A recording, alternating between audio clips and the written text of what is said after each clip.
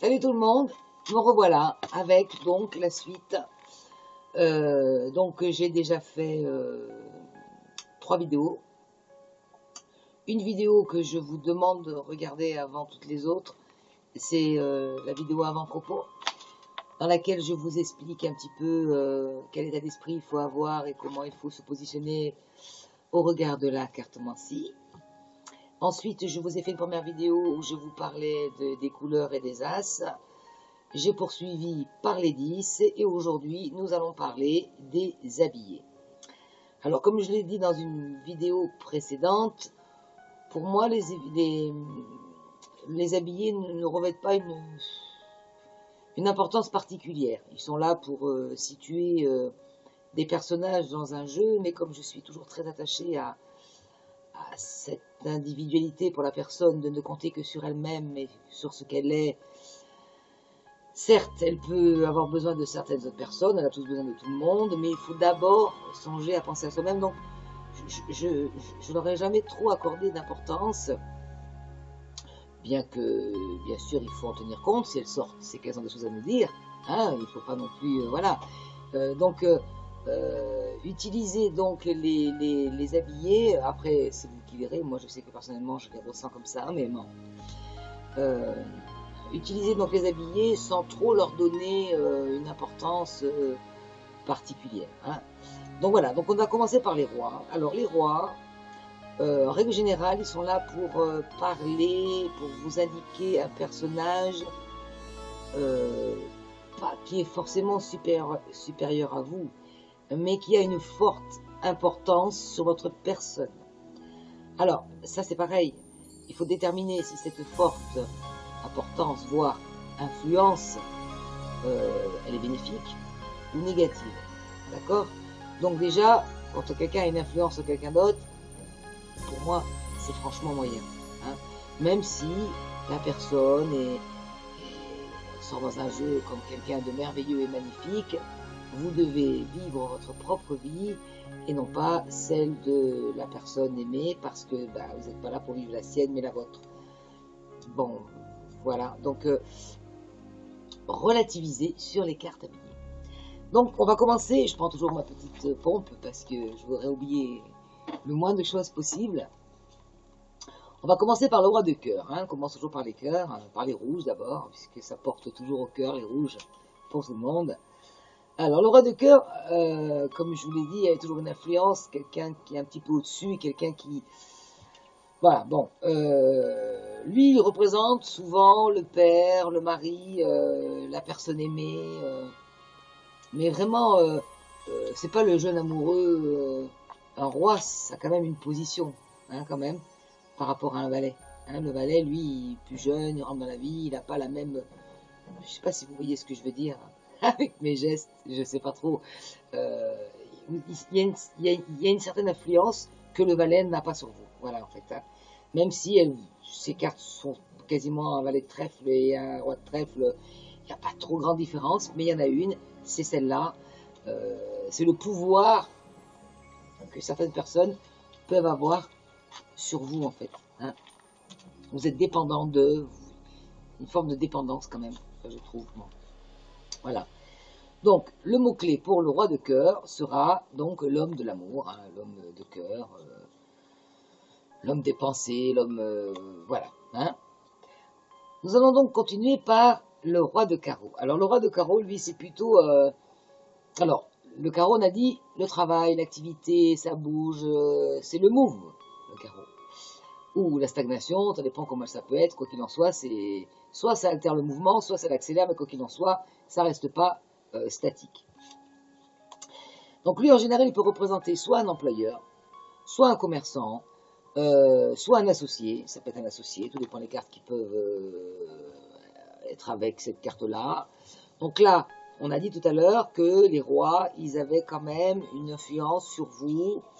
Donc même si c'est dans un cadre positif dans un jeu, si cette carte sort avec vous en qualité d'associé, par exemple, c'est certain que cette personne-là, effectivement, ça sera un bon associé, parce qu'apparemment, avec le carreau, ce sera quelqu'un qui tiendra la route, ok. Mais attention, qu'il n'ait pas plus de pouvoir sur vous qu'il ne devra en avoir. Hein, voilà. Donc gardez bien ça à l'esprit, toujours analyser les choses en arrière-plan de ce que ça veut dire, enfin, comment les interpréter. Hein. Une bonne chose peut en cacher une mauvaise, comme une mauvaise peut en cacher une bonne. Voilà, donc là, le roi de carreau, c'est tout ce que je pourrais dire sur lui. En fait, c'est un personnage sur lequel on peut compter, un personnage qui a les moyens de vous satisfaire, qui a les moyens de vous aider, plutôt physique, hein, physiquement, le punch, le battant, hein, voilà. Plus que l'as de cœur, qui lui c'est plutôt le bienveillant, je dirais plutôt le roi de cœur, pardon. Hein. Voilà, donc tout dépend où va se situer la carte. Donc maintenant nous allons parler du roi de trèfle. Alors le roi de trèfle, lui, on avait dit que le trèfle ça voulait signifier la chance, les opportunités, tout ce qui était matériel, le truc qui est ponctuel mais qui est là au bon moment. Les cartes de trèfle pour moi sont bénéfiques, il faut les prendre au vol quand elles arrivent, surtout pas trop traîner parce que c'est quelque chose quand même qui se passe comme ça dans un moment de votre vie et profitez-en en fait, profitez-en. Hein. Donc le roi de trèfle là, je dirais moi qui représente l'homme de la situation en fait. Voilà, donc en fait c'est un homme qui peut faire beaucoup de choses pour vous parce qu'il a les moyens de vous aider, mais lui il va. Autant on a parlé avec le roi de carreau de qualité physique, force, courage, le gars des merdards, bon bref, sur qui on peut compter. Le roi de trèfle, lui, c'est plutôt, comment dire, la personne influente, pardon. Quelqu'un qui a un pouvoir sur quelque chose dans le domaine que vous recherchez. Il peut faire quelque chose pour vous, alors ça peut être sur le plan administratif, ça peut être sur d'autres plans, parce qu'il a une situation ou un endroit, ou des connaissances qui vont faire que... Mais lui, c'est plutôt quelqu'un qui peut avoir une influence dans ce que vous souhaitez, mais parce qu'il a un pouvoir, le pouvoir de vous l'apporter, quel que soit le domaine de son pouvoir. Et il peut être très très vaste. Donc voilà, donc là, le mot-clé pour lui, l'homme influent. Ensuite, nous avons le roi de pique. Alors le roi de pique, lui, comme on le sait, le destin, le pique, hein, je reviens toujours avec ma carte du destin, la globalité du pique, c'est la destinée, les choses fortes, les choses voilà, bon, qui ont une certaine rigidité dans votre vie parce que il faut que ça se passe. Bon. Alors le roi de pique, lui, il représente en général la loi, les juges, l'autorité. Alors associé à d'autres cartes, ça peut être un jugement, ça peut être un divorce, ça peut être un mariage. Tout dépend où ce roi va être placé. Hein. Donc lui, il a toujours un avocat. Non, un avocat, ça peut être aussi un valet. Donc ça, c'est toujours pareil. Ça dépend le niveau de l'avocat, ça dépend à quelle place il peut se situer. C'est un petit peu ambigu les habillés. Il faut regarder en fait les cartes qui accompagnent. Et plus les chiffres sont importants, plus la personne, elle aussi, aura son importance. Ça c'est pareil, ce sont des petites choses qu'on verra plutôt vers la fin quand on aura vu l'ensemble des cartes. Donc voilà, donc en fait, cet homme-là, c'est la loi. Hein, la justice, la loi, tout ce qui englobe, ça peut être, je sais pas moi, même la NPE, admettons. Hein, quelqu'un qui a un pouvoir sur vous, mais qui a un rapprochement avec l'État, le pouvoir, l'autorité, beaucoup plus que le roi de trèfle qui, lui, il a de l'influence, mais c'est pas la même influence. Je sais pas si vous me suivez. Et vraiment. Enfin voilà, il y a quand même une grosse différence entre le roi de trèfle et le roi de pique. Même si tous les deux sont puissants, il y a une différence hein, de pouvoir. Je dirais que le roi de trèfle est plus bienveillant que le roi de pique qui lui est plutôt froid. Le roi de pique, lui, il n'a pas d'a priori, il n'a pas de jugement, il n'a pas d'affinité particulière avec vous. Le roi de pique, il est là pour certaines choses, il tranche, voilà. Vous voyez la différence? Voilà, donc pour le roi de trèfle, c'est terminé. Le roi de pique, pardon, excusez-moi. On va attaquer les dames. Alors, les dames, là, on va commencer bien sûr par la dame de cœur. Alors, la dame de cœur, ça c'est la carte qui paraît dans sa douceur, l'affection, enfin, la douceur, le calme, des bons sentiments, la personne, pas forcément une amoureuse, bien sûr que ça peut être une amoureuse, hein, bien sûr, mais euh, ça peut être une mère, une fille. Là, c'est pareil, une mère, une fille, l'âge, bien sûr, est différent. Vous regardez les cartes qui accompagnent derrière, qui suivent. Plus les numéros des cartes seront élevés, plus la personne aura un âge un peu plus avancé, plus les cartes sont petites ou basses, plus la femme sera jeune. Donc vous pouvez situer à peu près, grosso modo, une femme âgée, une femme moins âgée, une jeunette. Quoique les jeunettes, vous pouvez également les vraies jeunettes, vous pourrez les reconnaître avec les 8. On verra ça tout à l'heure, enfin la prochaine fois, pardon. Voilà. Donc en fait, la dame de cœur, elle est là pour annoncer la douceur, le charme, l'affection, la maman, la femme, l'amoureuse, la bienveillante, le cœur bienveillant. Hein, voilà. La dame de carreau. Alors elle peut représenter beaucoup de personnages, la dame de carreau. Ça peut représenter donc vous, au travail, l'active, la femme active, ici et là, enfin bon, voilà. Ça peut représenter, tout dépend de comment elle va être placée, une rivale sur le plan affectif, une rivale sur le plan professionnel. Ça peut être en fait un personnage qui vient vous affronter. Alors ça peut être dans le domaine dans lequel vont sortir ces habillés. Hein. Ça peut être tellement de domaines. Bon, en général, c'est soit une rivale en amour, soit une rivale au travail. C'est les cas les plus classiques. Mais il y a d'autres rivalités qui existent. Et il ne faut pas s'arrêter qu'à celle-ci. Hein. Ce sont les majeurs, je dirais, mais il y en a d'autres. Hein. Donc cette femme-là, elle a bien sûr les capacités, comme on a vu, le roi de carreau, qui avait un fort caractère. Vous mettez ça sur le côté féminin. Hein. Le roi de carreau, la dame de carreau, bon, aspect masculin, aspect féminin, ok, mais vous avez toujours cette force, ce côté battant, ce côté qui n'est pas facile à... Ça bouge, comme je vous dis, le carreau, ça bouge, derrière, il y a de l'énergie qui circule. Hein. Ce sont des gens qu'on n'évince pas si facilement quand ils sortent dans le jeu de manière négative pour vous. Hein. Donc,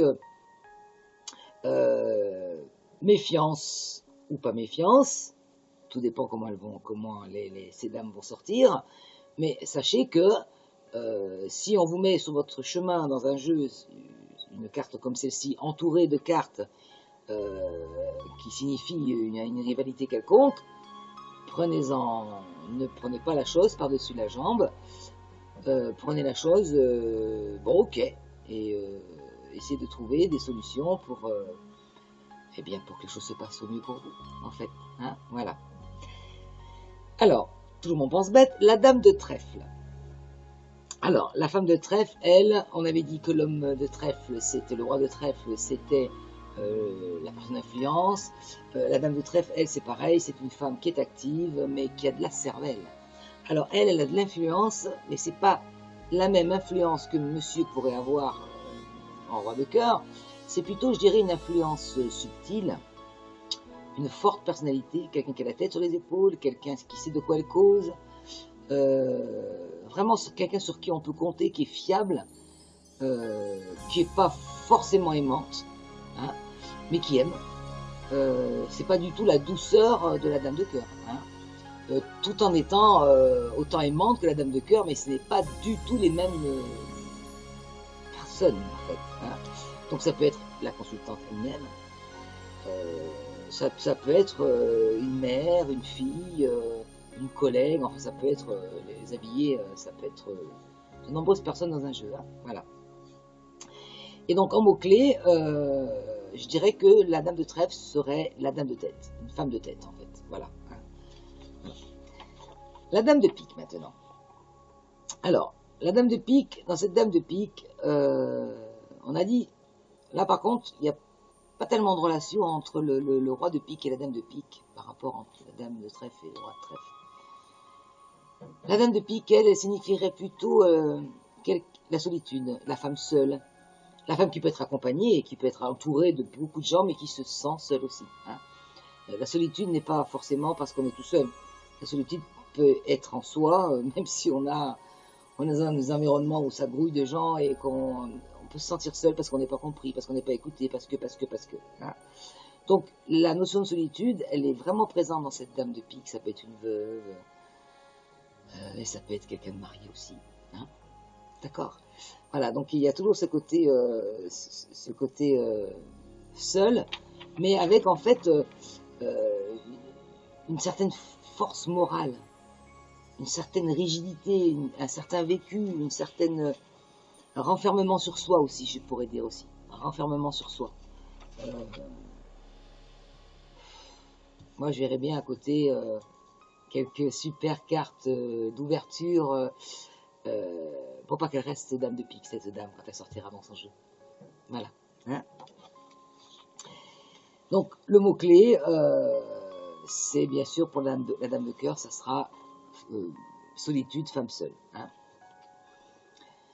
Maintenant, on va terminer par les valets. Alors, les valets, on avait dit tout à l'heure que les rois avaient un certain côté influent de par leur âge, de par leur position, de par leur stature. Le valet, lui, les valets, en fait, ce sont les mêmes, un peu plus jeunes, en manquant peut-être un peu plus de maturité dans les choses, dans les événements qui sont annoncés. Hein. Trouvez toujours une entité à ces cartes. Hein. C'est pas parce que là, on arrive facilement à dire qu'un roi, c'est une entité, mais l'as de carreau, le 10 de carreau, les autres cartes, c'est un personnage. Édifiez-le comme ça. C'est un personnage tout autant qu'un roi de carreau pourrait l'être. Donc un roi de carreau, si les numéros peuvent donner, engendrer du moins, une image en vous d'une entité, d'un personnage qui incarnerait ce 10 de cœur, ce 10 de carreau, ou peu importe laquelle carte, hein, vous arrivez plus facilement à le faire avec un roi et une dame parce que c'est un habillé, mais en fait, à l'inverse, l'habillé, lui, il peut très bien également transmettre une information qui n'a rien à voir sur le plan d'une personne. Là, on parle de personnes, parce qu'effectivement, dans un jeu, ils peuvent nous aider à situer certaines personnes, mais peuvent également dégager des idées, une idée force. Hein, un roi de cœur ne va pas dégager la même idée force qu'un roi de pique, par exemple. D'accord? Il y a l'homme et puis il y a l'idée derrière qui est. Voilà. Alors, le valet de cœur, c'est bien sûr, comme la dame de cœur, le valet de cœur, c'est l'amoureux, ça peut être un fils, voilà, ça peut être un fils pour une mère, ça peut être un petit chéri pour une demoiselle, voilà, donc en fait, pour le valet de cœur, je dirais que c'est un bon copain, voilà, un bon copain, un ami d'enfance, bon, en fait, le mot-clé, c'est l'amoureux pour le valet de cœur. Alors, le valet de carreau, lui, on a dit toujours carreau, mouvement, ça bouge, annonceur toujours de nouvelles choses. En général, le valet de carreau signifie le facteur ou porteur de nouvelles. Je dis facteur, c'est le terme qui je dis facteur, mais ça peut être un porteur de nouvelles, quel qu'il soit, si quelqu'un va vous annoncer quelque chose. Autant avec l'as de carreau, on avait dit que l'as de carreau, ça pouvait être une lettre, un courrier, un mail, enfin une annonce, mais qui n'est pas porté par une personne physique. Avec le valet de carreau, on a une notion en fait d'apport de nouvelles par quelqu'un. Et c'est pas forcément un jeune homme, parce que c'est un valet de carreau, d'accord? Le valet de carreau, il va falloir qu'il soit entouré d'un autre habillé pour vous dire, ou d'un 8 ou d'un 7 de carreau, qui signifie des personnes un peu plus jeunes. Les 7, c'était plutôt les garçons, et les 8, plutôt les filles. Donc ça peut être des jeunes, hein, peut-être un enfant. Derrière, tout dépend des cartes qui vont être à côté. Mais ce n'est pas parce que c'est valet de carreau que forcément ce sera un jeune homme courageux qui va venir vous annoncer la nouvelle. Non, non, apportez à cette carte plutôt une notion. Elle privilégie d'abord la personne physique qui va vous annoncer quelque chose, une nouvelle quelconque, bonne ou mauvaise, la suite dira les choses. Voilà, en fait, le mot clé à retenir pour ce valet de carreau, c'est facteur, annonceur de nouvelles, apporteur de nouvelles. Alors, maintenant, on va parler du valet de trèfle qui a sensiblement les mêmes caractéristiques que le roi de trèfle en un peu plus jeune. C'est quelqu'un sur lequel on peut compter, quelqu'un qui fera tout pour vous dépatouiller si vous avez besoin de lui, quelqu'un de fiable, quelqu'un de droit, de sincère. Ce sont vraiment des travailleurs posés. Enfin, le valet de trèfle, son mot-clé, c'est l'homme de confiance. Hein, voilà. On va terminer avec le valet de pique, et lui, pareil, le valet de pique, hein, on avait dit tout à l'heure qu'avec le roi de pique, que c'était l'avocat, l'huissier, enfin les juges et toutes ces choses-là. Là, c'est pareil. Ça peut être un banquier, par contre, en valet, parce qu'un banquier, je le vois quand même mal en roi de pique, quand même si de plus en plus les banquiers ont beaucoup d'influence sur nous. Il n'en reste pas moins que, bon, voilà, un huissier peut être très, très bien un valet de pique, comme pourrait être un roi de pique, tout dépend la hauteur de la chose. Mais à savoir que le valet de pique, en fait, lui, euh, il annonce la même chose que le roi, mais en moins important. Avec des personnages qui interviennent dans vos affaires, qui ont un peu moins d'influence, un peu moins d'importance. D'accord? Quoi qu'il en soit, avec le valet de pique, il y a toujours une notion d'intérêt, beaucoup plus qu'avec le roi de pique, qui est censé représenter la loi et la justice. Le valet de pique, lui, ce sont des plus petites mains, je dirais. Donc, il y a toujours ce rapport de gain, d'intérêt, de... Oui, il y a une contrepartie attendue. Qu'avec le roi de pique, il y en a un petit peu moins. Je vous expliquerai ça comme ça. Hein. Donc, le valet de pique, en mots-clés, je dirais que ce serait plutôt un homme intéressé. Hein. Quelqu'un à qui il faut éviter de tout dire ou de tout faire confiance en tout, ou être un peu plus en réserve. Voilà. Hein. Eh bien écoutez, je vous dis, j'espère que vous arrivez avec ces vidéos qui sont pas très très chouettes au niveau de la qualité, que vous arrivez à quand même à suivre, que c'est pas trop pénible. Et que faut pas hésiter à me poser des questions si vous avez envie de... Peut-être vous attendez que je termine la totalité des cartes pour qu'on puisse commencer un petit peu à travailler sur le sujet. Mais il faut pas hésiter, voilà. Je vous répondrai autant que je puisse le faire. Et je vous dis donc à bientôt. Ciao.